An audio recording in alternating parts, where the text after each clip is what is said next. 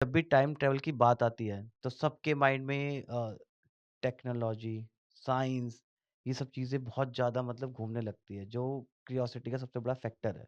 हम्म, मेरे को ऐसा लगता है।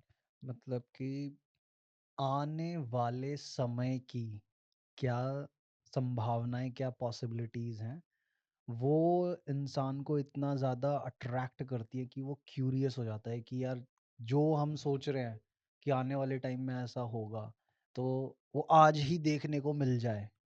है राइट। ना? कि मैं जिस चीज़ को कर रहा हूँ, जिस रास्ते पे चल रहा हूँ, मुझे मेरी जीवन का आने वाला वर्जन। वर्ज़न क्या होने वाला है इस रास्ते पे चलते हुए, वो किसी तरीके से पता चल सके। तो मैं अपने रास्ते को चेंज कर सकता हूँ या इसी रास्ते पे चल सकता हूँ, या वो फिर वो चीज़। लाइफ कितनी बेटर है, मैं वहीं रहना चाहता हूँ। कुछ हाँ, लोग ये भी सोचते हैं इस चीज़ को लेके एग्ज़ैक्टली। कि अगर वो वहाँ की लाइफ बेटर है, कि आज से अगर 5000 साल बाद कोई लाइफ है जो बेटर है, तो मैं वहीं रहना चाहूँगा। तो वो हुँ, जो इसके पीछे क्यूरियोसिटी है वो इसी चीज़ को लेकर है। कि वो जो अनसर्टेनिटी है। और मुझे एक चीज़ ऐसा लगता है कि इंसान के लिए जो चीज़ मुश्किल है ना, वो क्यूरियोसिटी पैदा करती है। हुँ, जिसका आंसर मतलब किसी के पास मतलब है या नहीं है, मुझे लगता है कि जिसका आंसर नहीं है और शायद वो जो चीज़ ईज़िली अवेलेबल नहीं है, हुँ, उस चीज़ को जानना और उस चीज़ को पाना इंसान का हमेशा से ही रहा है कि मुझे चाहिए ये चीज़ या उस चीज़ के पीछे की इन्फॉर्मेशन चाहिए। एग्ज़ैक्टली। तो जैसे हर कोई नॉर्मल ह्यूमन बीइंग है जिसको टाइम ट्रैवल और उसके साइंस के पीछे की ज़्यादा नॉलेज है नहीं। वो टाइम ट्रैवल को ऐसे ही देखता है कि आने वाला फ्यूचर जान सकते हैं, और वहाँ से कुछ ऐसा जान के वापस आया जा सकता है कि हम उसे प्रेज़ेंट में इम्प्लीमेंट कर लें और उससे कुछ बेनिफिट बना लें। और या तो कि मैं पास्ट में जाके कुछ एक ऐसी बड़ी मिस्टेक थी जो हो गई, उसको सुधार लूँ, तो मेरा प्रेज़ेंट सही हो जाए। प्रेज़ेंट ठीक हो जाए या फिर मेरे कुछ होते हैं कि अपने पूर्वजों से मिल लें जिस हाँ, जो एग्ज़ैक्टली। तो जिस तरीके से एक नॉर्मल ह्यूमन बीइंग सोचता है कि पास्ट में जाके कुछ ठीक करने से प्रेज़ेंट ठीक हो जाएगा, तो क्या ये सोच सही है इंसानों की? क्या टाइम ट्रैवल इस तरीके से काम करता है? पास्ट के अकॉर्डिंग देखो, चाहे पास्ट हो चाहे फ्यूचर हो, पहला पॉइंट तो ये होता है कि टाइम ट्रैवल पॉसिबल है या नहीं है, हुँ, ठीक है? तो टाइम ट्रैवल पॉसिबल हो पहले तो समझो टाइम ट्रैवल कितने टाइप से हो सकता है, ठीक है? टाइम ट्रैवल होने के लिए डिफरेंट डिफरेंट तरीके हैं जो बहुत सारी मूवीज़ में भी इन्होंने एक्सप्लेन किया है। और जैसे कि मैं एक फेमस बताऊँगा जो मूवी सबने देखी होगी वो इंटरस्टेलर करके जो मूवी है, हाँ, इंटरस्टेलर। उसमें टाइम ट्रैवल का वो वाला पार्ट दिखाया गया है कि जिसमें इंसान मतलब वन वे है मतलब तुम फ्यूचर में जा सकते हो बट यू कांट बैक तुम वापस नहीं आ सकते। एक तरीका तो ये होता है, जिसमें तुम जाते चले जाओगे फ्यूचर में और अपने जो बच्चे हैं या अपने जो साथ के बंदे हैं उनको बूढ़ा या उनको मरता हुआ देख सकते हो काइंड ऑफ, हुँ, लेकिन तुम बैक नहीं कर सकते वहाँ वापस से, नहीं जा सकते। वापस नहीं आ सकते। एक तरीका वो होता है कि जिसमें तुमने एक लूप से निकले दूसरे लूप में चले गए काइंड ऑफ कि तुमने एक ही टाइम में दूसरे टाइम में चले गए हो और कुछ भी चेंज नहीं हो रहा है। जैसे तुम इसको समझना चाहो तो एक वो थी back to the future. Back to the future, उसमें याह! दिखाया गया है कि तुमने क्लिक किया एंड तुम दूसरे टाइम में चले गए। हाँ, जब तुमने क्लिक किया तुम पास्ट तुम में आ गए। वापस आ गए। और उस मूवी का जो टाइम ट्रैवल है ना, वो बड़े ही लीनियर तरीके से चलता है। जैसे कि मार्टी मैकफ्लाई वो डॉक्टर के साथ पास्ट में ट्रैवल करता है, तो क्या होता है वहाँ पे वो कुछ चीज़ चेंज करता है, तो उसका इफ़ेक्ट जो है उसके फ्यूचर में जो उसका प्रेज़ेंट था उस टाइम पे उसमें पड़ जाता है। और जैसे वो फ्यूचर में जाता है, उसका इफ़ेक्ट उसके प्रेज़ेंट में पड़ने लगता है। तो उसमें टाइम ट्रैवल इस तरीके से दिखाया गया है कि हाँ, आप पास्ट में जा सकते हो, फ्यूचर में भी जा सकते हो, और इन दोनों जगह कुछ भी छेड़-छाड़ करोगे तो जो आपका प्रेज़ेंट था, जो कि तुम्हारा पास्ट बन गया था, तुम फिर उसी पॉइंट पे वापस लौटोगे तो वो चेंज हो चुका होगा। उस उसमें उस तरीके से समझाया गया है हाँ, टाइम मतलब क्योंकि ट्रैवल। वो ऐसा नहीं है कि तुम बैक नहीं आ पा रहे। अगर जब भी तुम फ्यूचर में जाके पास्ट में आ पाओगे या प्रेज़ेंट में आ पाओगे, तो उससे तुम कुछ ना कुछ चेंजेस करोगे जिससे तुम्हारा प्रेज़ेंट और फ्यूचर इम्पैक्ट करेगा। हाँ। ये तो इसका मतलब सिंपल सा लॉजिक है, हुँ, जिसके बेस पे बहुत सारे पैराडॉक्स बन जाते हैं। जैसे एक फेमस पैराडॉक्स है वो ग्रैंडफ़ादर और सन ग्रैंडफ़ादर वाला। पैराडॉक्स। ठीक है? उसमें यही बताते हैं कि अगर कोई लड़का है सपोज़ करो मैं ही हूँ, मैं पास्ट में जाके अपने ग्रैंडफ़ादर को मार देता हूँ, तो वो एक पैराडॉक्स है कि हुँ। अगर ग्रैंडफ़ादर ही नहीं है तो फिर मैं कैसे एक्ज़िस्ट करता हूँ? हाँ, ग्रैंडफ़ादर नहीं है तो तुम्हारे फ़ादर नहीं होंगे, तुम्हारे हाँ, फ़ादर नहीं है तो तुम कैसे हो? हाँ, फिर तो फिर ग्रैंडफ़ादर को अगर तुम हो ही नहीं, तो किसने ग्रैंडफ़ादर को किसको मारा? किसने किया? तो वो चीज़ इस तरीके से शो की जाती है। हुँ, तो उसमें भी एक पॉइंट जुड़ जाता है जो रिसर्च बोलती है, साइंटिस्ट बोलते हैं कि ग्रैंडफ़ादर पैराडॉक्स में भी ये होता है कि जब तुम जाके शूट करोगे तो एक दूसरा वर्स खुल जाएगा, जिसे कहते हैं हुँ, मल्टीवर्स। एक और टाइमलाइन एग्ज़ैक्टली वहाँ से एक तुम और खोल टाइमलाइन फ़ॉर्म हो जाएगी। हाँ, वहाँ वहीं से ही, एग्ज़ैक्टली जिसमें वहाँ तुम्हारा एक्सिस्टेंस नहीं होगा नहीं बेसिकली। होगा। तो इस तरीके से ये मल्टीवर्स भी कॉन्सेप्ट काम करता है। एक हुँ, तरीका तो ये है। एक होता है तुम्हारा टाइम ट्रैवल करने का जिसमें तुम एक ही जगह पे खड़े होते हो और तुम अपने आस-पास की एक्टिविटीज़ को देख पाते हो कि बहुत तेज़ी से मूव कर रही है। ये हुँ, हैरी पॉटर की एक मूवी में दिखाया गया है। हाँ, ठीक है? जिसमें वो टाइम को मूव करती है मूव करती है। और उसके आस-पास के सब लोग बहुत तेज़ी से मूव करने लगते हैं और टाइम पास होने लगता है। ठीक है? एग्ज़ैक्टली। तो ये टाइम ट्रैवल के बहुत सारे ऐसे टाइप हैं जिसको हम यूज़ करते हैं बेसिकली जानते हैं एज़ इन लाइक मूवी के टाइप में। ठीक हुँ, है? एक इसमें आता है प्रीडेस्टिनेशन। हुँ, प्रीडेस्टिनेशन का जो टाइप है वो उसमें क्या होता है कि सपोज़ करो कि तुम्हारे कोई फ्रेंड है, उसका एक्सीडेंट हो गया। हुँ, ठीक है? अब तुम्हारे पास मशीन है या कुछ है जिससे तुम टाइम ट्रैवल कर सकते हो। तो तुमने क्या सोचा कि यार अगर ये बंदा अगर उस दिन पे गाड़ी नहीं ड्राइव करता, तो इसका एक्सीडेंट नहीं होता। तो मैं पास्ट में जाके इसको इसको उस दिन बचाने का। ड्राइव करने से रोक लेता हूँ या फिर कोई ऐसी एक्टिविटी करता हूँ जिससे कि एक्सीडेंट हो ना। हुँ, हुँ, ठीक है? अब क्या किया तुम पास्ट में गए, तुमने उसको रोकने की कोशिश करी बट तुम्हें प्रेज़ेंट में जाके पता चलेगा कि तुम्हारी उसी एक्टिविटी की वजह से वो एक्सीडेंट हुआ है। हुआ है। बेसिकली इसमें ये बोला जाता है कि जो होना है वो तो होगा, चाहे वो तुम कैसे भी उसको कर लो। ठीक है? ये चलता है प्रीडेस्टिनेशन में। ठीक हुँ, है? ये तुम्हारा ही पॉइंट जुड़ जाता है उसमें कि तुम्हारी वजह से ही हुआ है। वो तुम्हें तभी पता चलेगा, पहले नहीं पता चलेगा। ठीक है? ये ऐसे वाला पैराडॉक्स होता है। इस मतलब एक मूवी बनी है इस पैराडॉक्स के ऊपर तो प्रीडेस्टिनेशन हाँ, नाम हाँ, ही है उसमें उसका। तो मतलब बहुत डेप्थ तक दिखाया गया कि एक ही कैरेक्टर को एग्ज़ैक्टली कितने बार उन्होंने शो किया उस तरीके तो में। इस पैराडॉक्स का मतलब ही इसके नाम में है कि प्रीडेस्टिनेशन कि टाइम में एक ऐसा एब्सोल्यूट पॉइंट होता है कि वो चेंज होना ही नहीं है। अगर आप उसको चेंज करने जाओगे, ये यूनिवर्स अपने आप को इस तरीके से एडजस्ट करेगा कि you will become the cause of that thing happening. हाँ, कि ये अगर जैसे तूने हुँ, एग्जांपल हुँ। दिया कि आपका फ्रेंड है कोई और वो मान लो 4 साल पहले किसी कार एक्सीडेंट में मर गया, आप उसको बचाने जाओगे।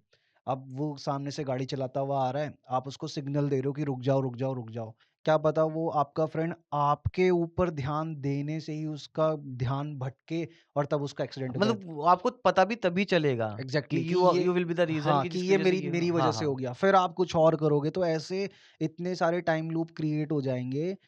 फिर क्या होता है उसका जो नेगेटिव इम्पैक्ट है कि स्टीफन हॉकिंग्स जो थे, वो खुद इस चीज़ से बहुत डरते थे इन पैराडॉक्सेस से। क्योंकि क्या होता है कि जब भी कोई पैराडॉक्स क्रिएट होता है, सपोज़ दैट कि ग्रैंडफ़ादर पैराडॉक्स है और प्रीडेस्टिनेशन पैराडॉक्स है। तो जैसे ग्रैंडफ़ादर पैराडॉक्स में क्या होगा कि एक इंसान गया उसने अपने ग्रैंडफ़ादर को मार दिया। ग्रैंडफ़ादर नहीं है, फ़ादर नहीं है, तो फिर वो इंसान भी एग्ज़िस्ट नहीं कर सकता। तो फिर जो यूनिवर्स है ना, यूनिवर्स खुद से ये सवाल पूछता है कि ये हुआ कैसे?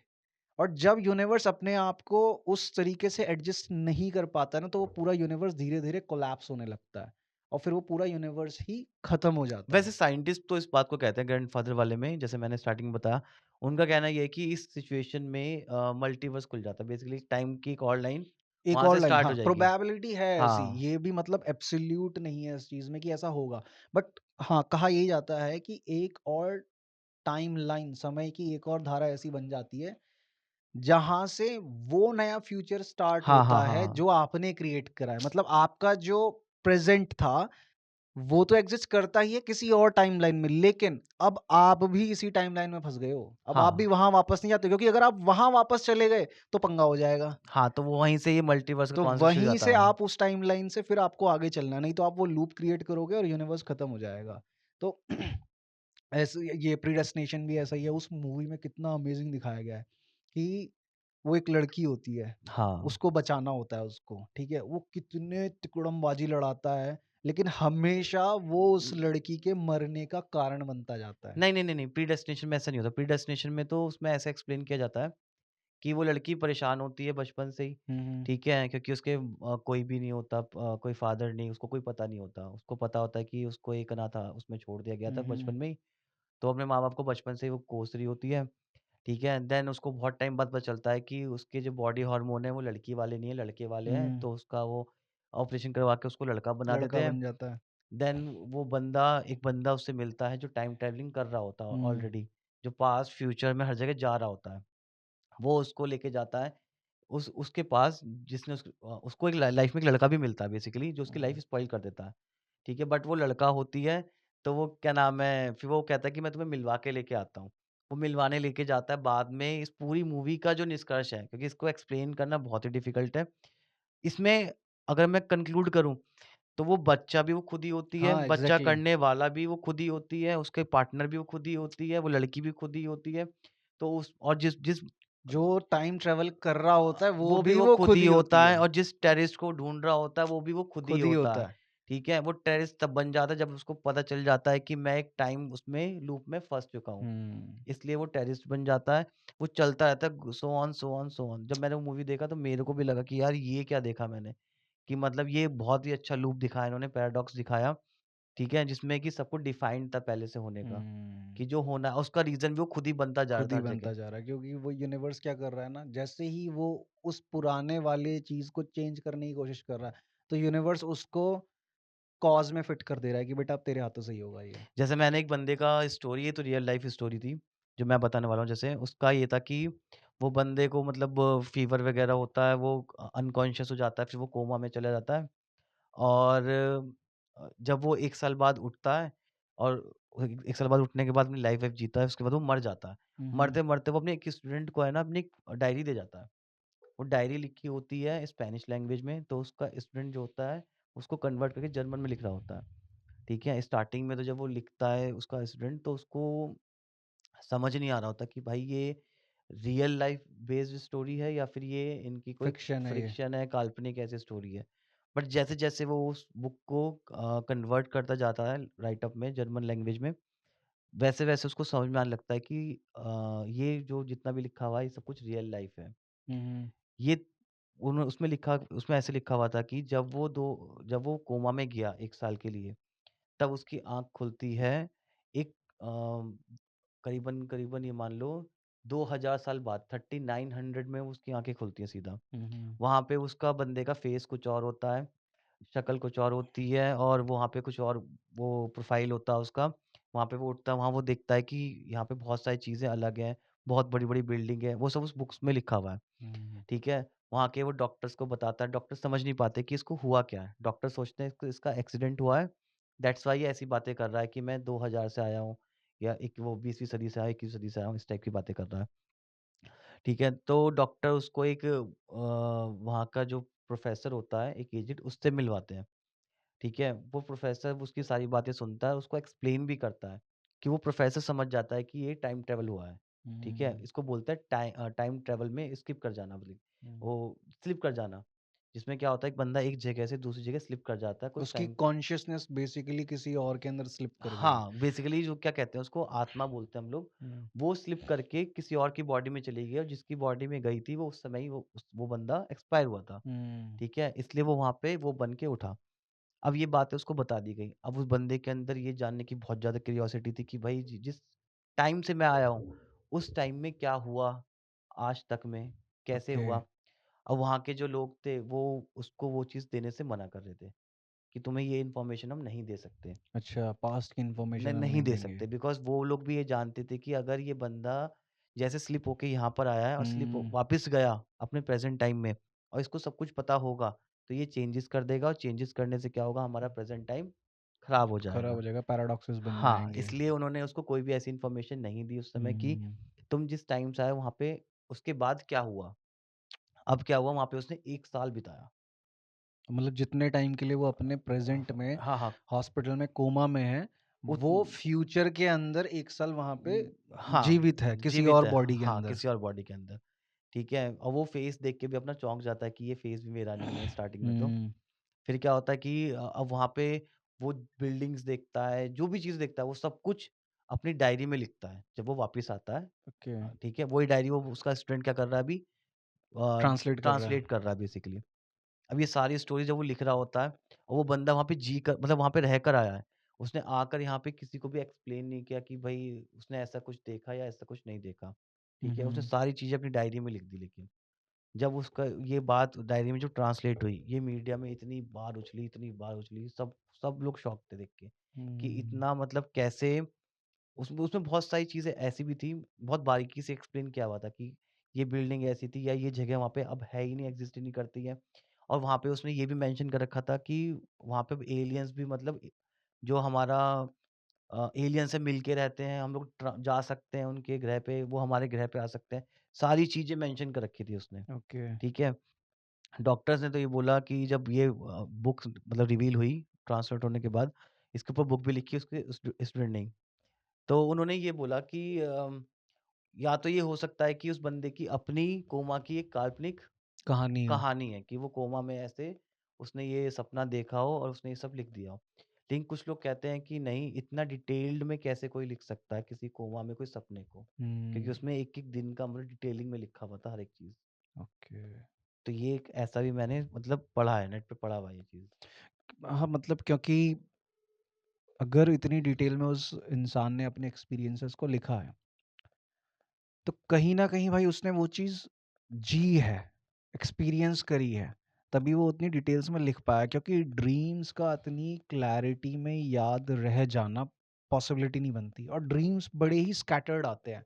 ऐसा नहीं होता कि लीनियर वे में एक बंदा एक पॉइंट से 1 साल तक अपनी लाइफ़ को कंटीन्यूअस एक लाइन में और जी रहा उसके है। पास प्रॉपर एक्सप्लेनेशन भी मिल रहा है, मतलब सपने में भी, अगर वो हाँ। सपने में था, तो कोई बंदा सपने में आके उसको एक्सप्लेन कर रहा है कि भाई तुम वहाँ से यहाँ तक आने का क्योंकि वो जानना चाहता था ऐसे कैसे पॉसिबल है कि हुँ, मेरा शरीर, मेरी शक्ल सब बदल गई है। तो वहाँ पे कोई बंदा उसको एक्सप्लेन कर रहा है कि जो आत्मा है वो ऐसा कर सकती है कि एक बॉडी को छोड़ के दूसरी बॉडी में जा सकती है। तुमने जब हुँ, टाइम स्लिप किया, तो यहाँ पे इस बंदे का मतलब डेड होने वाला था ये, उसी समय तुम्हारा यहाँ पे टाइम स्लिप हो गया, इसलिए तुम इसके अंदर आ गए। हुँ। बॉडी किसी की भी नहीं होती ना, बॉडी तो नश्वर है। ये तो है। ऐसे ही एक स्टोरी है। अभी आई थिंक सो अराउंड 6-7 साल पहले ये स्टोरी इंटरनेट पे बड़ी ही फैली थी। तो हुआ क्या था कि एक बंदा था, आई थिंक सो लंदन या कनाडा की बात है ये। तो क्या होता है कि जो ये स्टॉक मार्केट पे नज़र रखते हैं, हुँ, गवर्नमेंट हुँ, का कोई हुँ। डिपार्टमेंट होता है, तो वो लोग ये चीज़ देखते हैं कि यार एक बंदा है, उसने पिछले 3 से 4 महीने के अंदर-अंदर अराउंड 400 टू 500 मिलियन डॉलर्स का प्रॉफ़िट प्रॉफ़िट कर लिया, बनाया हाँ, है, हाँ। सिर्फ़ और सिर्फ़ $850 की इन्वेस्टमेंट से। तो उनको लगता है कि यार कोई ना इनसाइडर ट्रेडिंग का स्कैम चल रहा है और इसको पकड़ना चाहिए कि मार्केट में क्रैश आ जाएगा, इससे बहुत तगड़ा स्कैम चल रहा है कोई। तो उस बंदे को पकड़ते हैं। अब जब उससे पूछताछ करी जाती है पूरी, तो उनको तो अलग ही कहानियाँ जानने के लिए मिलती हैं। तो वो बंदा उनको बोलता है कि भाई मैंने ऐसा कुछ भी उल्टा-सीधा काम नहीं करा है। तो वो बोलते हैं कि भाई ऐसा कैसे है कि पिछले 3 से 4 महीनों में तुमने जिन भी कंपनीज़ के अंदर इन्वेस्ट करा है, जिन भी स्टॉक्स के अंदर इन्वेस्ट करा है, उनमें से सारे के सारे प्रॉफ़िट्स में ही रहे हैं और $850 से तुमने 300-400 मिलियन डॉलर्स का प्रॉफ़िट बना लिया। ये तो पॉसिबिलिटी हो ही नहीं सकती। बड़े से बड़ा स्टॉक मार्केट इन्वेस्टर और ट्रेडर भी ये चीज़ अचीव कर ही नहीं सकता। तुम कैसे? और वो उस लड़के की उम्र बताते थे कि वो अराउंड 23-24 इयर्स का ही था। तब वो पुलिस वालों को कहानी सुनाता है कि मैं ये सब पहले से जानता हूँ कि कौन-सा स्टॉक ऊपर जाने वाला है, कौन-सा स्टॉक नीचे आने वाला है। तो मैं प्रॉफ़िटेबल जो होने वाले हैं उन्हीं के अंदर इन्वेस्ट करता हूँ।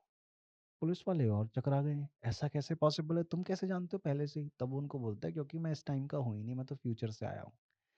तब पुलिस वाले एकदम, क्या बोल रहा है यार? क्या बकवास कर रहा है ये? तो वो बोलते हैं कि नहीं, मैं सच बोल रहा हूँ और अगर तुम मेरे को जाने दो, तो मैं तुम्हें, पता नहीं उसने कई सारी चीज़ें बोली थी।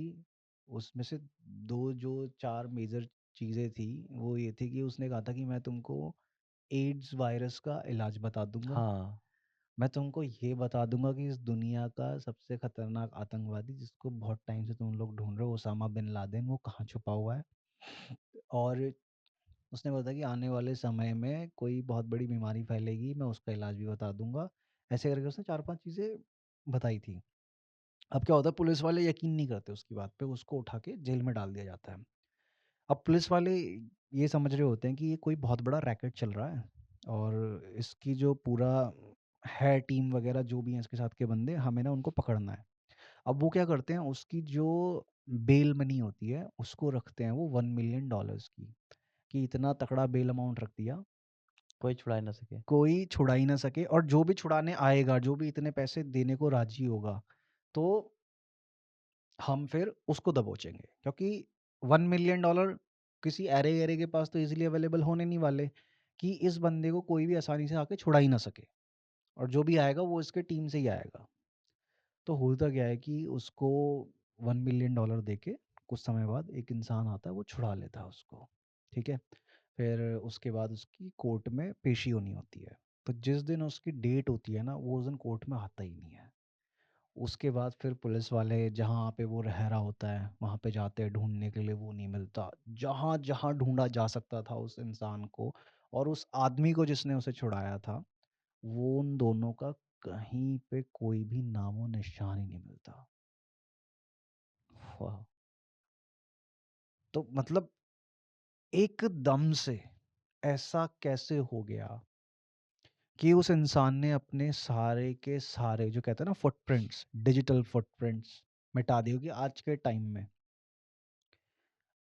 आप अपने आप को कहते हैं ना ग्रिड से बिल्कुल भी नहीं मिटा सकते।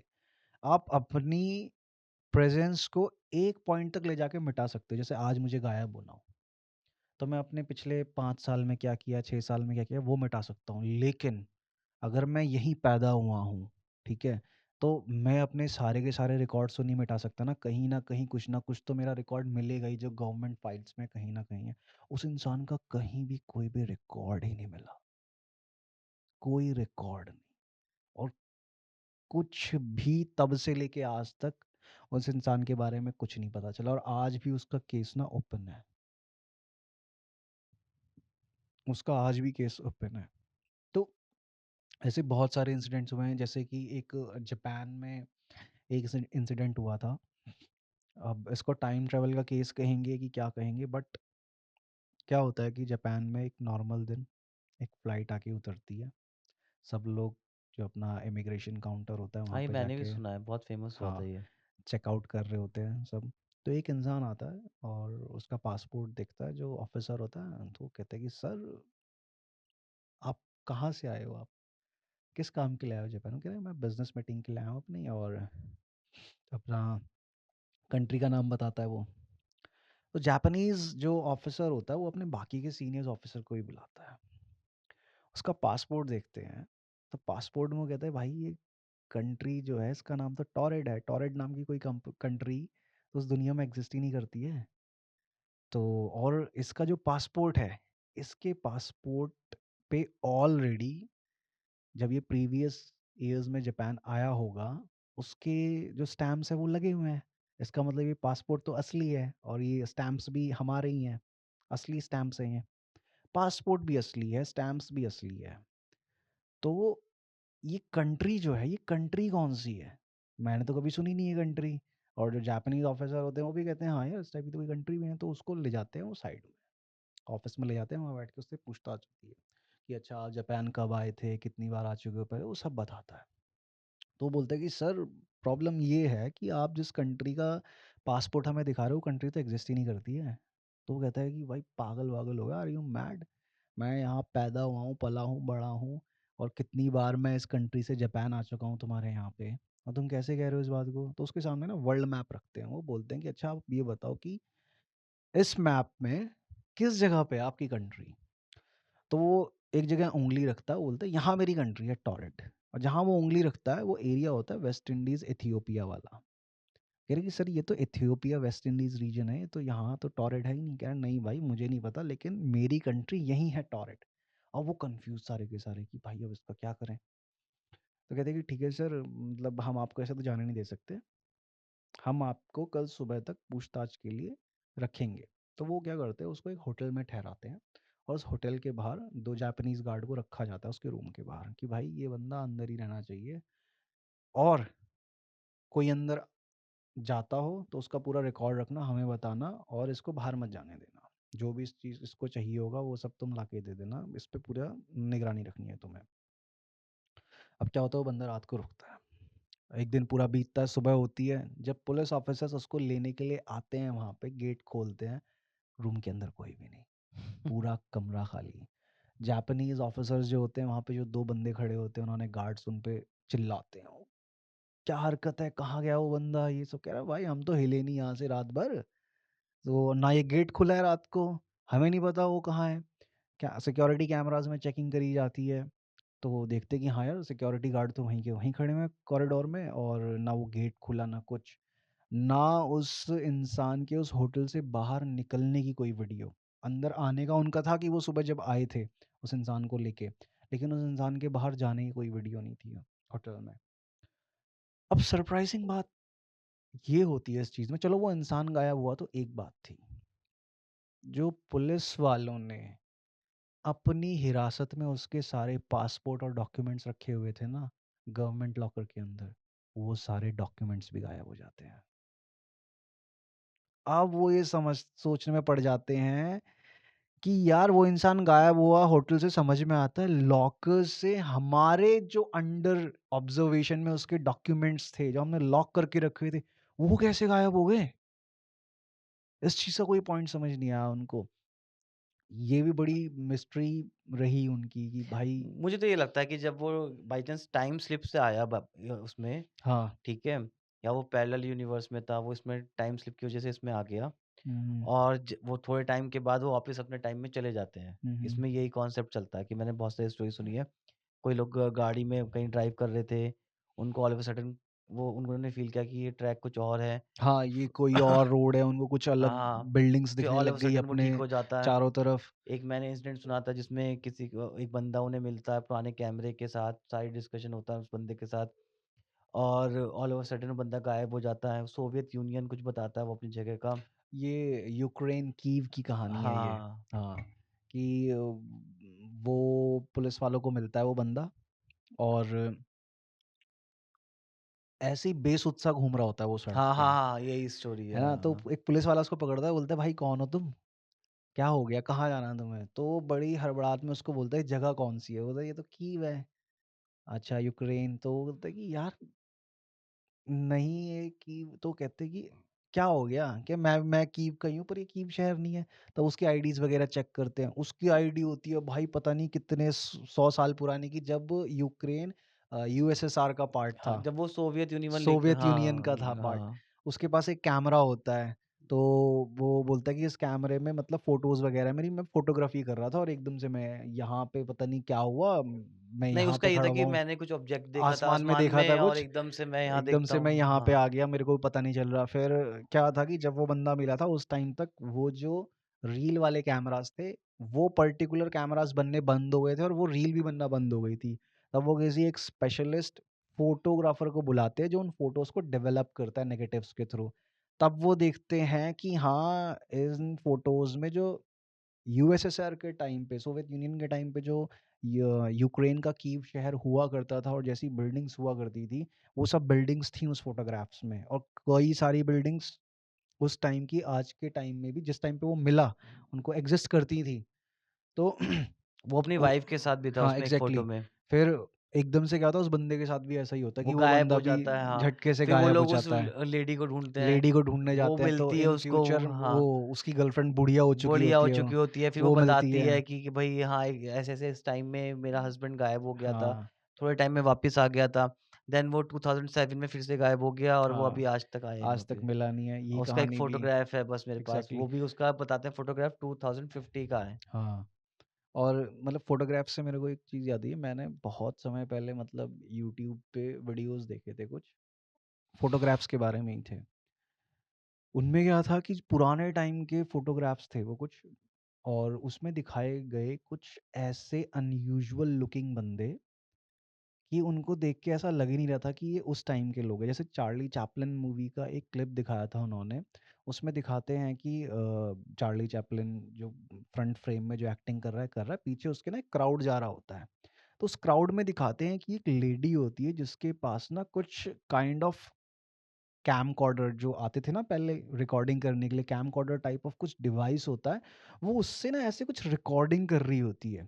और उस टाइम पे कोई ऐसी चीज़ एग्जिस्ट ही नहीं करती थी कि हम उससे ऐसे ही नॉर्मली कुछ भी ऐसे हिला के रिकॉर्ड कर लो। उस टाइम पे कैमरास ही इतने बड़े बड़े हुआ करते माइक थे। टायसन के वाले में भी तो देखा था। माइक टाइसन था कि मोहम्मद अली। मोहम्मद अली उसमें भी थे, मोहम्मद अली की हाँ। फाइट हो रही थी, उसकी एक फोटोग्राफ है, एक बंदा ऑडियंस में खड़े होके मोबाइल से फ़ोटो आज खींच, के टाइम के हाँ। स्मार्टफ़ोन जैसा दिखने वाला उसके हाथ में एक डिवाइस है और वो फ़ोटोग्राफ क्लिक कर रहा है। अच्छा, एक तुमने वो वाला देखा है जिसमें एक बंदा, एक रिपोर्टर किसी के घर जाता है रिपोर्टिंग करने के लिए, और तब तक तो आईफ़ोन मतलब एक्ज़िस्ट भी नहीं करते थे। हाँ। हाँ, वो एक चाइनीज़ बंदे की हाँ, हाँ, वीडियो है, वो हाँ। मैंने इंस्टाग्राम पे देखी है। वो बताते हैं कि वो आई डोंट नो क्या है ये, ऐसे करके चला जाता है हाँ, वो तो। वो मतलब चाइना की 1980s के टाइम की बताते हैं कि वो वीडियो है कोई, और वो ऐसे ही कोई खाली घर होता है, उसमें ड्रॉवर्स खोल रहा होता है और उसमें उसको आज के टाइम का आईफ़ोन 15-16 टाइप का डिवाइस मिलता है उसको। लगता है कि ये क्या उसको है पता पता भी नहीं नहीं है। होता कि पता यूज़ भी नहीं होता कैसे कि ये करना है है इसको। क्या, क्या चीज़ है, वो उसको ऐसे ही वो उस वो ड्रॉवर में वो रख बोलता देता है है। कि ये मिरर है शायद, क्या हाँ, नाम है, बाल-वाल बाँधने के लिए, वहीं छोड़ के चला वहीं जाता है। छोड़ देता है वो यार। मतलब ऐसी वीडियोज़ देखी हैं, और जो मेरे को तो सबसे ज़्यादा फ़ैसिनेटिंग तो वो लगी जो वो पुराने टाइम की फ़ोटोग्राफ्स मैंने देखी।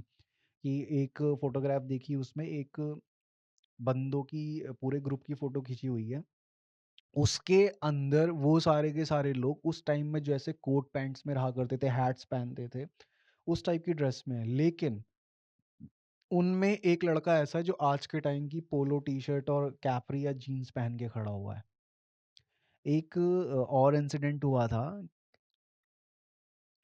कहीं पे पहाड़ों में खुदाई हो रही थी। उन खुदाइयों में क्या हुआ कि एक पत्थर निकला, जिस पत्थर के अंदर रेड कलर के शूज़, मतलब क्या कहूँ उसको, धँसे हुए थे, जमे हुए थे, कुछ ऐसा कुछ था।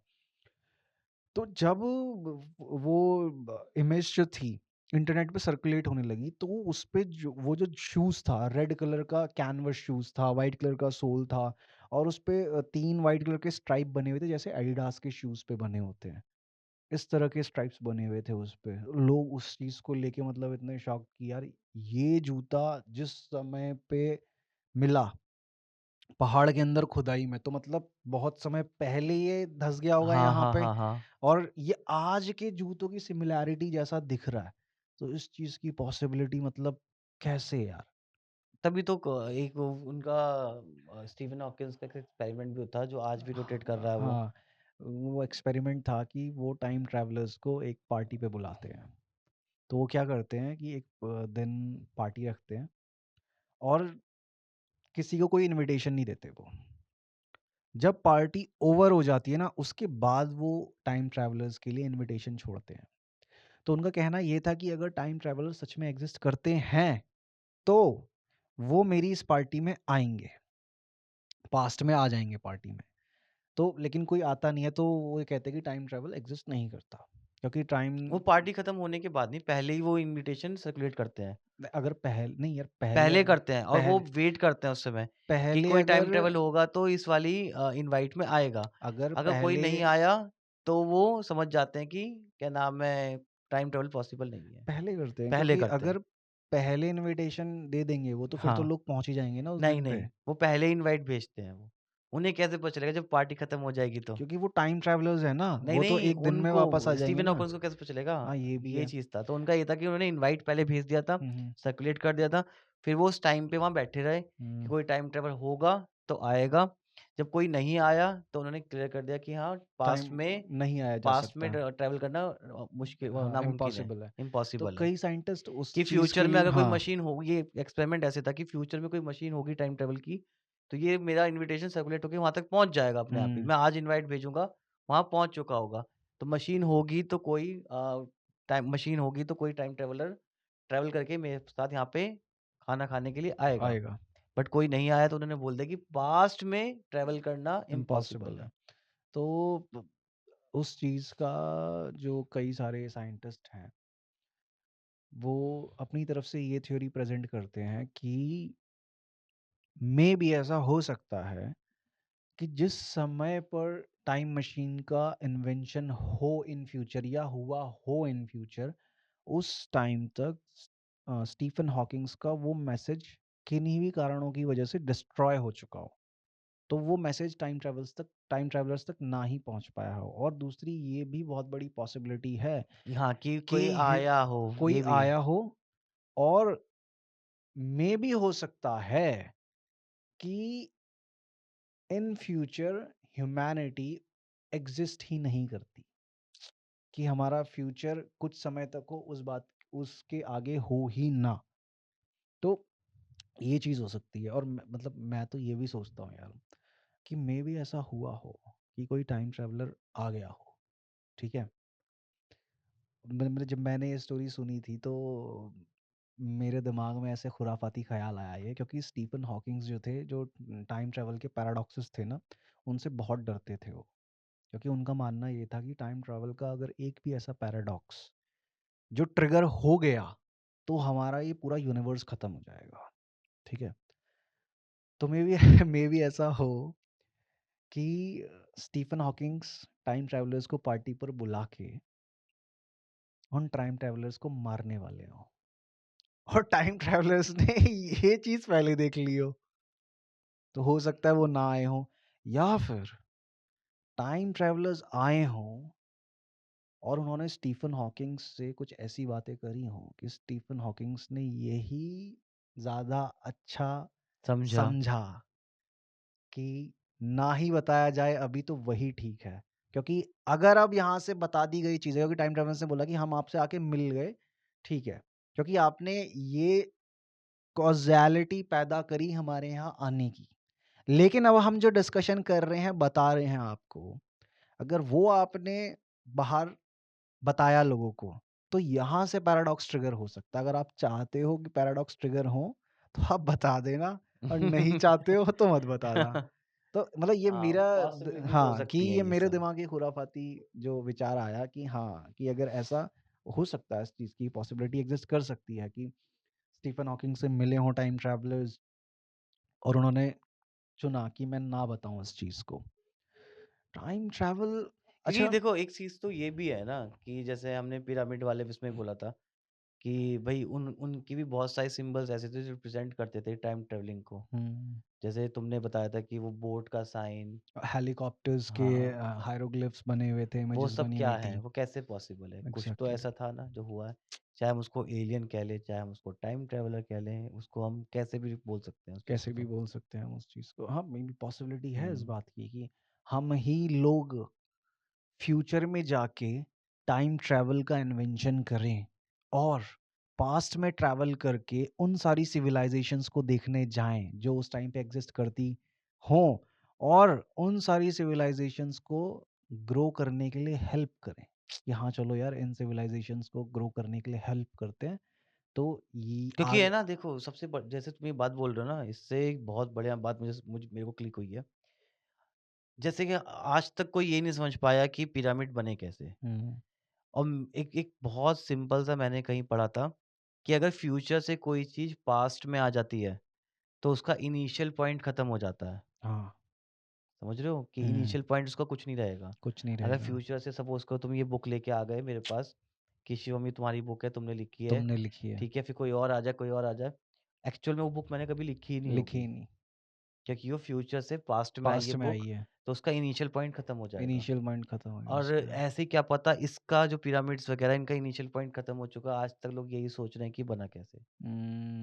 कि फ्यूचर से आके पास्ट में कुछ लोगों ने इसको बनाया हो, बनाया और तो अब उसका इनिशियल इनिशियल पॉइंट पॉइंट खत्म खत्म हो हो चुका चुका। है, क्योंकि ये चीज़ फ्यूचर से आए हुए लोगों के थ्रू बनाई गई। हाँ यार, ये खतरनाक पॉइंट क्लिक करा तूने, ये तो मतलब हाँ यार, सच हुँ। में, क्योंकि समझने में ही आज इतना समय हो चुका है हमको कि ये पिरामिड बने तो बने कैसे, सोचो ना बने तो उसमें बने सब कुछ कैसे? बना हुआ है उस हेलीक्लिप्स में कि भाई हेलीकॉप्टर हैं, हेलीकॉप्टर्स हैं, सब कुछ है, वो कितने सारे कैसे? ओरायन स्टार सिस्टम है, उसके वो अंदर कैसे? पूरा वो अलाइनमेंट बेसिकली है। फ्यूचर से आगे अगर कोई करेगा तो तभी हो सकता है, तभी उसका इनिशियल पॉइंट मिल नहीं रहा इनिशियल माइंड मिल नहीं रहा कि कि हाँ, किसने बनाया, कैसे बनाया, कोई कह रहा एलियन है, कोई कह रहा कुछ है, कोई कह रहा कुछ है, कोई लेकिन जैसे बोल भी रहे हैं कि इजिप्शियंस भी हैं, हुँ। लेकिन अगर इजिप्शियंस भी हैं, तो पूरे ऑल ओवर द वर्ल्ड क्यों मिले फिर हमें पिरामिड? सिर्फ इजिप्ट में क्यों नहीं मिले, और है ये ना? जो जैसे हमने उसमें पिरामिड वाले हमारे पॉडकास्ट में डिस्कस भी किया था कि वो एक एक पूरा एरिया कवर कर रखा है, हर चारों दिशा में पिरामिड बने हुए हैं, हाँ, एक पूरा तरीका बना रखा है कि क्या पता फ्यूचर से कुछ लोग आए थे जिन्होंने ये प्लान करके अपनी चीज़ें रख के गए हैं। एग्ज़ैक्टली। हो सकता है कि कुछ हों कुछ खुराफाती क्या लोग। पता कि अगर ये चीज़ें जब नहीं थी उससे कुछ दिक्कतें पैदा हुई हों, जो ह्यूमन्स थे वो पास्ट में जाके उस दिक्कतों को ठीक करके चले गए। हुँ। अपना वो फ्यूचर चेंज करके चले गए। एग्ज़ैक्टली हो कुछ भी सकता हो है, सकता है। पॉसिबल कि इनकी हाँ, कि कुछ ग्रुप ऑफ ह्यूमन बीइंग्स हो जिन्होंने टाइम ट्रैवल किया हो, कि हम अपना फ्यूचर। अपना क्यों? मेबी क्या पता कि ह्यूमन सिविलाइज़ेशन खत्म हो रही हो, किसी रीज़न्स हाँ। की वज़ह से। तो वो पास्ट में आके ये सब चीज़ें बना के चले गए जिसकी वज़ह से ह्यूमन सिविलाइज़ेशन बच गई।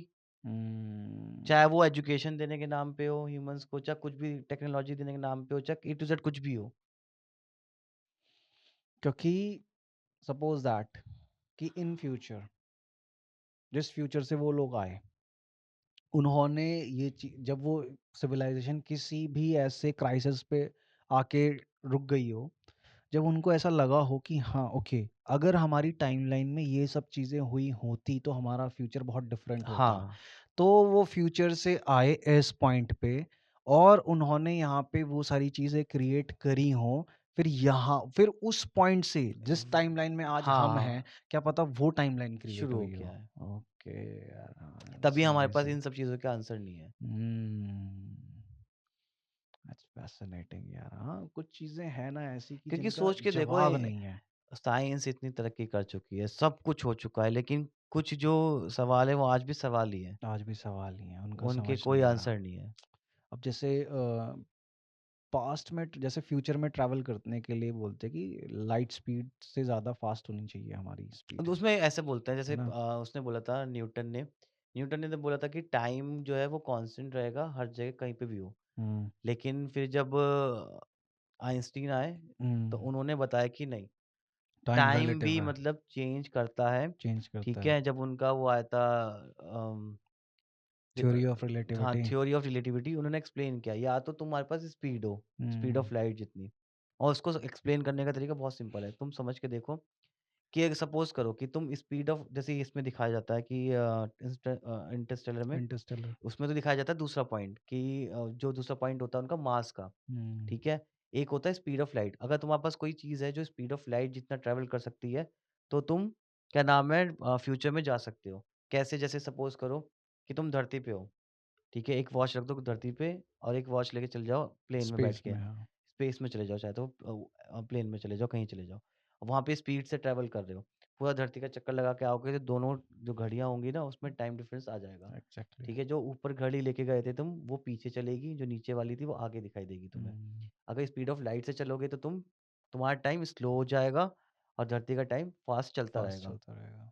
दूसरा तरीका उसमें ये बोला है आइंस्टीन ने कि या तो जैसे वो एक कपड़े के ऊपर मास रख दिया जाए, हुँ, ठीक है? ये तो सबने सुना होगा कि हाँ, मास रखने से ग्रेविटी पुल बढ़ जाता है। हुँ, हुँ, यहाँ पे ग्रेविटी पुल जितना मास होगा उतनी ज़्यादा ग्रेविटी होगी। हुँ। ग्रेविटी ज़्यादा होगी तो वहाँ पे तुम्हारा टाइम क्या हो जाएगा? स्लो हो स्लो जाएगा। हो जाएगा। तो ये जो ब्लैक होल वाली स्टोरी है, ये ब्लैक होल वाली स्टोरी यहीं से कनेक्ट हो जाती है। हुँ, स्पेस में सबसे ज़्यादा मास माना जाता है ब्लैक ब्लैक होल होल का। का। वो ऐसा ऑब्जेक्ट है जिससे उससे बड़ा मास किसी का है ही नहीं। हुँ, तो जब मास सबसे ज़्यादा है उसका तो उसके पास ग्रेविटी भी सबसे ही ज़्यादा है। सबसे ज़्यादा। इंटरस्टेलर में दिखाया जाता है कि वो ब्लैक होल के पास वाली एक प्लैनेट पे जाते हैं और वहाँ पे वो बाहर निकलते हैं 1 घंटे के लिए, लेकिन उनकी शिप के अंदर टाइम चेंज हो जाता है 7 सालों का। 7 साल कि बाहर का टाइम क्या होता है उनके लिए स्लो, अंदर का टाइम चल रहा होता है fast. Fast.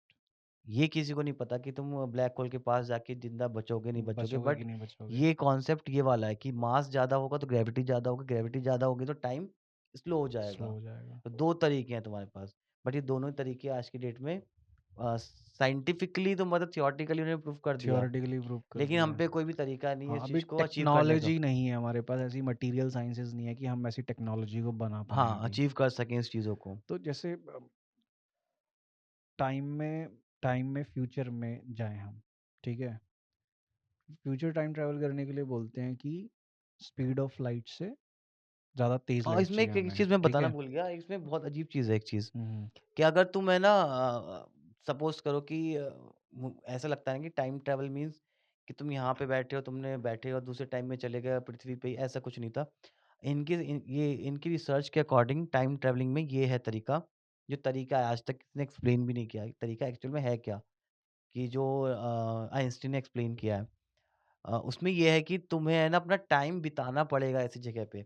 Then you have to back to earth, और तुम्हें अर्थ पे आके जब देखोगे तो टाइम इतना बीत चुका बीत चुका होगा। होगा। That's it. एग्ज़ैक्टली। उसमें ये नहीं है कि तुम मतलब क्लिक करोगे यहाँ पहुँच जाओगे, क्लिक करोगे वहाँ पहुँच जाओगे, ऐसा कुछ नहीं होने वाला। लाइक अगर तुम सपोज़ करो ब्लैक होल के पास जाके अपना टाइम बिता के आते हो, 4-5 घंटे या 10 घंटे, तो यहाँ पे तुम्हारे 7000 घंटे निकल चुके होंगे, 7000 हुँ, दिन निकल चुके होंगे। तो तुम जब पृथ्वी पे आओगे तो इतना टाइम निकल चुका होगा। निकल चुका तो होगा। तुम ऑलरेडी किसमें आ गए हो फिर? फ्यूचर में आ गए हो। फ्यूचर में आ गए हम। बेसिकली तुमने अपना टाइम क्या कर लिया है? स्लो कर स्लो लिया। कर लिया यही हम। तरीका उन्होंने एक्सप्लेन किया है, चाहे तो स्पीड ऑफ लाइट से या तो फिर उनका क्या नाम है ये मास से, मास से। कि ज़्यादा मास होगा तो ये होगा। हुँ।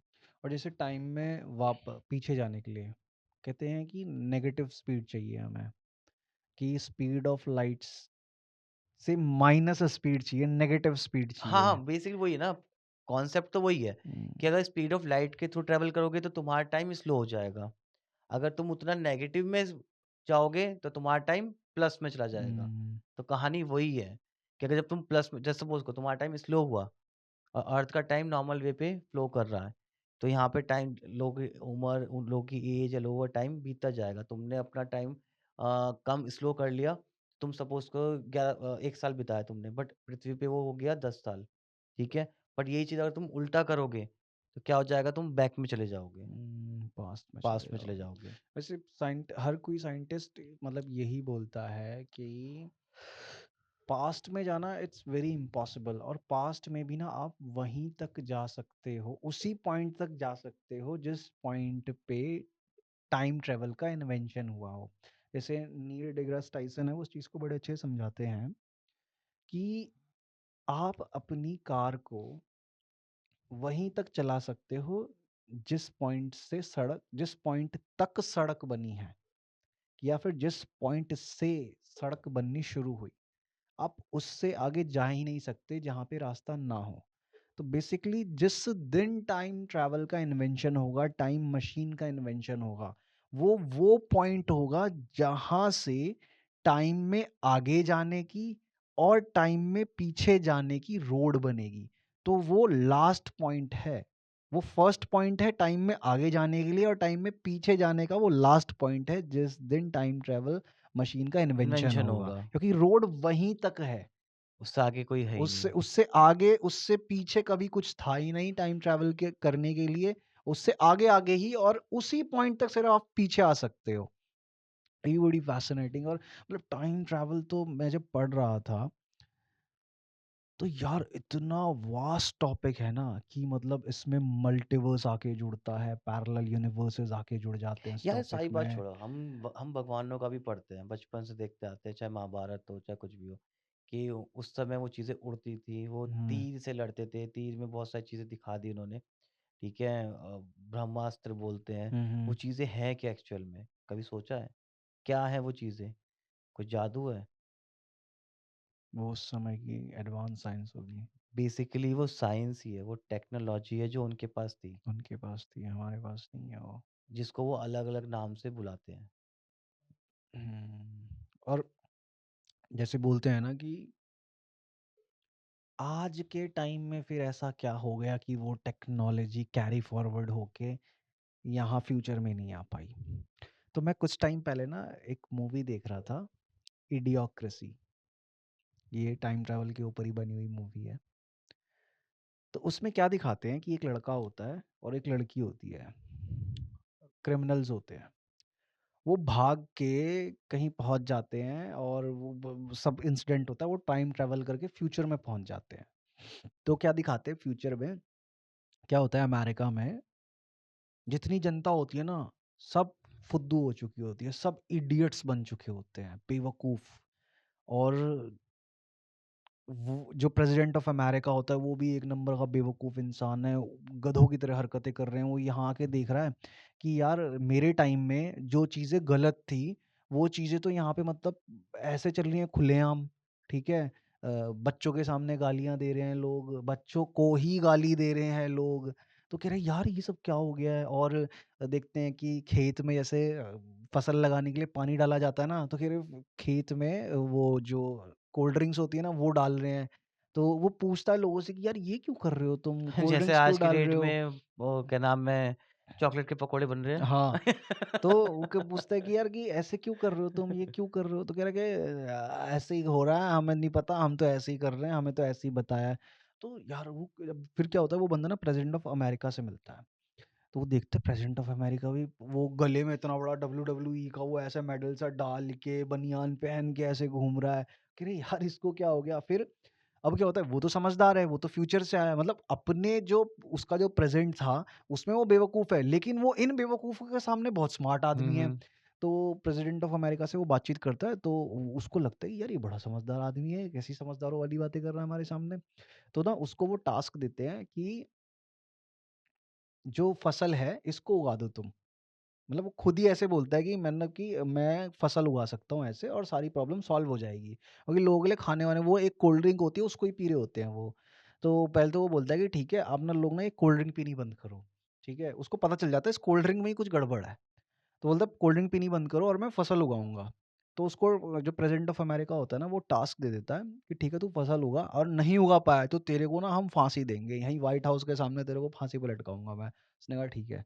भाई वो बंदा लग जाता है, अब उसको पानी पानी मिलता ही नहीं उसको वहां पे कहीं पे, क्यों? क्योंकि साले सब कोल्ड ड्रिंक पी रहे हैं, वो टूटी खोलता है, टंकी खोलता है, सब कोल्ड ड्रिंक निकल रही है। वो कहता है यार फसल उगाने के लिए तो पानी चाहिए होता है, बीज भी है इनके पास, मिट्टी भी है, सब कुछ है, लेकिन पानी चाहिए इसको उगाने के लिए। कोल्ड ड्रिंक है उनके ठीक पास। है, लेकिन उनके पास है कोल्ड ड्रिंक। वो क्या करता है भाई, गटर से पानी निकालता है, वो गटर से पानी निकाल के उसको साफ करके उसको यूज़ करता है वो। तो जो टाइम पीरियड होता है ना, अ, दिया होता है उसको फसल उगाने के लिए, वो टाइम खत्म हो जाता है। अब उसको आ जाता है पकड़ने के लिए और पूरा लाइव टेलीकास्ट होता है कि आज इसको फांसी देंगे, ये हमको मतलब बेवकूफ़ बोल रहा था लेकिन ये खुद कितना बड़ा बेवकूफ़ है। तो जैसे ही खेत में वहाँ पूरी वीडियोग्राफी से वो चल रही होती है ना, लाइव टेलीकास्ट दिखा रहे थे कि एक भी कहीं पे भी वो बीज नहीं फूटा है। तो उसको ले जा रहे होते हैं कि चल बहन कहीं नहीं, हथकड़ी ला के ले जा रहे होते हैं। लेकिन तभी एकदम से जो वो बंदा होता है जो ऐसे ढूंढ रहा होता है, वहां पे उसको एक छोटा सा बीज फूटा हुआ दिख जाता है, एक छोटा सा पौधा निकला होता है हरा। तो सब चौंक जाते हैं, वो भी चौंक, रुक जाओ यहाँ आ गया पेड़। तो हो जाता है वहां पे, फिर महीने भर बाद ही पूरे खेत में भयंकर फसल निकल आती है। तो अब क्या हुआ, बेसिक सिंपल साइंस थी जो उस इंसान को पता थी। उसने जो फ्यूचर में बेवकूफ लोग थे जो नहीं करना चाहिए था, कोल्ड ड्रिंक से घास उगाना या फसल उगाना, उसने वो चीज एलिमिनेट करके सिर्फ वहां पे किसी तरीके से पानी का यूटिलाइजेशन कर दिया और घास उग कर आ गई। उनके लिए तो क्या हो गया, भाई जादू कर दिया इस बंदे ने, तो उसको वो प्रेसिडेंट ऑफ अमेरिका बना देते हैं अरे वाह! कि भाई तू हम में सबसे ज़्यादा समझदार आदमी है। लेकिन वो अपने प्रेज़ेंट में जो अब उसका पास्ट हो गया है, वहाँ पे एक क्रिमिनल और सबसे निहायती बेवकूफ़ इंसान था वो। लेकिन यहाँ पे क्या, वो बेसिक चीज़ जानता था, उसने वहाँ पे आके वो चीज़ कर दी, और भाई जादू कर दिया इसने तो। पूरी फसल उगने लग जाती है, वो लोग साफ पानी पीने लग जाते हैं, फिर उनके भी दिमाग सेंटर में आने लग जाते हैं, ठीक होने लग जाता है सारा का सारा सिनेरियो। तो वही चीज़ समझ लो ना आप कि उस समय पे उन लोगों के पास कुछ ऐसी टेक्नोलॉजिकल एडवांसेस रहे होंगे जो हमें आज के टाइम पे हमारे दिमाग को सेंस तो नहीं हम बना रहे वही हैं। हैं जो कोल्ड ड्रिंक पी रहे है तो मे हैं। बी हम वही हैं कि जो कोल्ड ड्रिंक पी के किसी नशे में पड़े हुए हैं, है ना? और भाई ये तो बहुत सिंपल सा मैं आज की डेट में देखता हूँ इंटरनेट पे, कोल्ड ड्रिंक से वो चीले बना रहे हैं, क्या नाम है, चॉकलेट के पकोड़े बन रहे हैं, मैगी में पता नहीं क्या डाल दे रहे हैं। तो वो चीज़ तो लाइव चल रही है, उससे बुरी चल रही है कोल्ड ड्रिंक वाली से भी। और क्या, अब तो खुद सोचना कि सन 2000 में कोई इंसान हो जो 30-35 साल का हो, उसको हम टाइम ट्रैवल करा के यहाँ ले आए। 2024 में लिया और उसको बोले ये हो रहा है। वो क्या बोलेगा, अबे क्या बेवकूफ़ी कर रहे हो, तुम तो पागल लोग हो। ये क्या हो रहा है, ये रसगुल्ले के पकौड़े बन रहे उस हैं। वो क्या नाम है, मैंने वो भी देखा, गोल्ड का मतलब वो डाल रहे हैं, क्या तड़का लगा रहे हैं कहीं पे। हाँ यार मतलब बताओ। जितनी महँगी चीज़ होगी उतना अच्छा टेस्ट आएगा। वो लॉजिक ही समझ नहीं आ रहा मुझे भी। एग्ज़ैक्टली। तो यही चीज़ें हैं कि भाई टाइम ट्रैवल का जो टॉपिक है इतना वास्ट है, इतना फ़ैसिनेटिंग है कि मेरे को रिसर्च करने ही बड़ा मज़ा आया और आज बात करने ही बड़ा मज़ा आया। तो ऐसे ही एक और नए टॉपिक के साथ हम मिलेंगे नेक्स्ट वीक, तब तक के लिए बाय बाय।